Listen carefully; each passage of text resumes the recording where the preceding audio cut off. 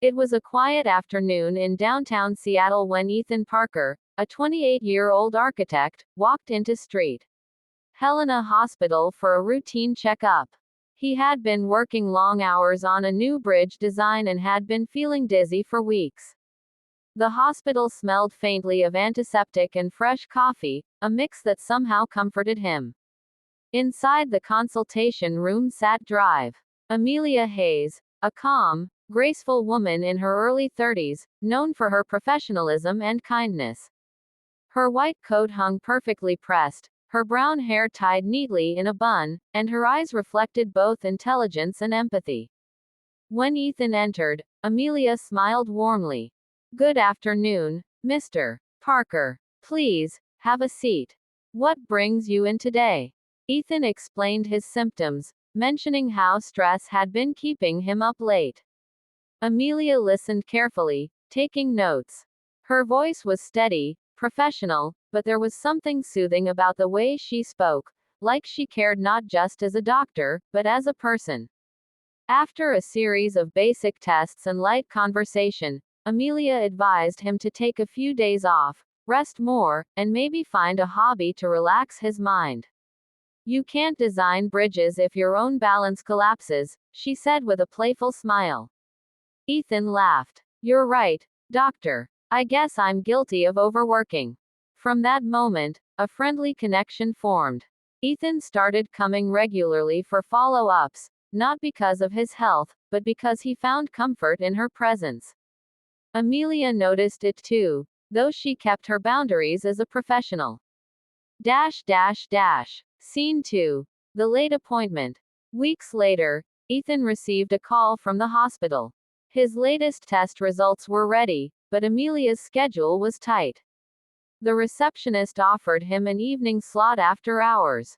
When Ethan arrived, the hospital corridors were dim and nearly empty. The echo of his footsteps sounded louder than usual.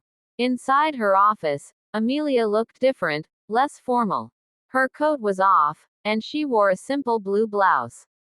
The soft lamplight reflected gently on her face. "Sorry for calling you so late," she said, organizing her files. "I didn't want you to wait another week."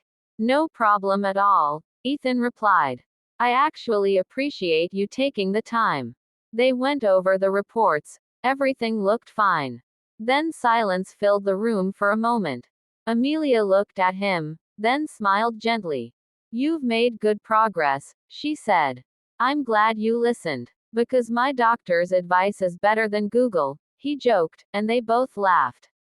Something about that shared laugh changed the air between them. Not romantic, not inappropriate, but deeply human, filled with mutual respect and admiration. Scene 3. The purpose. After finishing her notes, Amelia set her pen down and looked thoughtful. "Ethan, can I ask you something?" "Of course," he said. She hesitated for a moment, choosing her words carefully. "You're someone who seems to chase perfection. Do you ever stop and ask yourself what you really want, not just professionally, but personally?" Ethan was caught off guard. "Honestly, I don't know. I've been so focused on work I never think about that." Amelia smiled faintly. "I used to be the same way. Medicine consumed my life for years. But recently, I've realized that caring for others means understanding myself too." Ethan nodded, sensing depth behind her words. Then Amelia took a breath and spoke quietly. "Ethan, this may sound unusual, but I want to tell you something personal. I admire your honesty, your persistence. You remind me of what I once lost, courage. And I think I've found a friend in you. Maybe more than that, a connection I didn't expect." Her words were calm, heartfelt, and filled with emotional sincerity, not romance, but genuine affection and respect.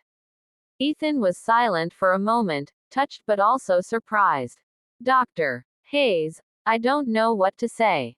She smiled softly. "Just call me Amelia." It wasn't a confession of love in a dramatic way, it was a simple human moment where one person acknowledged another's value. Scene 4. The reflection. After that evening, Ethan couldn't stop thinking about their conversation. He walked home under the Seattle drizzle, the streetlights blurring through the mist. He wasn't confused or flattered, he was inspired. Amelia had shown him something rare. That purpose in life isn't always found in career success or personal ambition, but in genuine human connection. He decided to slow down.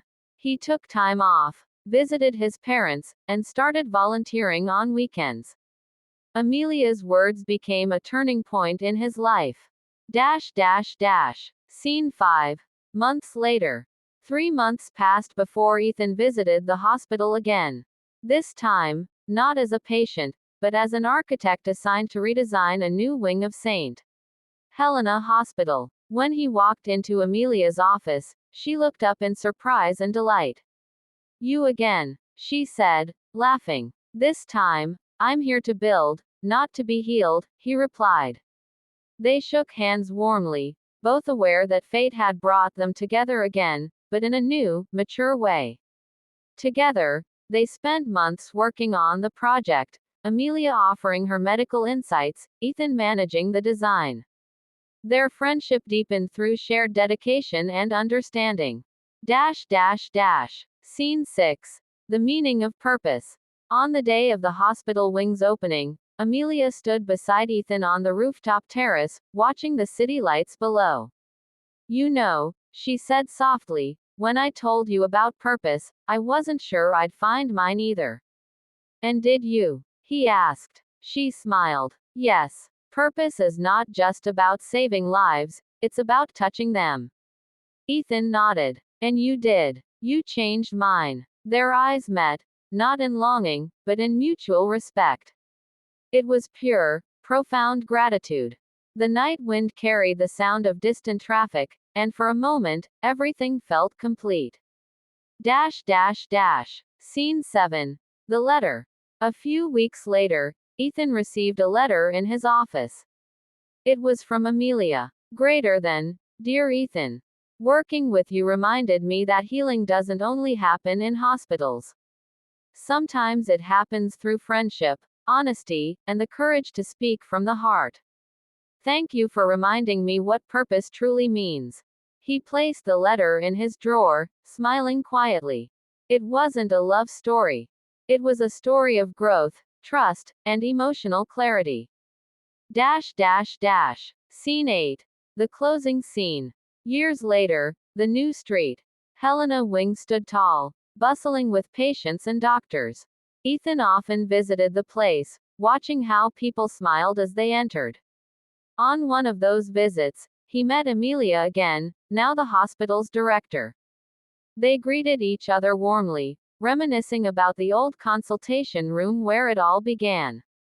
"Still overworking?" she asked playfully. "Still caring too much?" he countered. They both laughed. And just like that, life continued. Two people who once shared a quiet moment in an empty room now shared a lifelong respect for purpose, humanity, and kindness.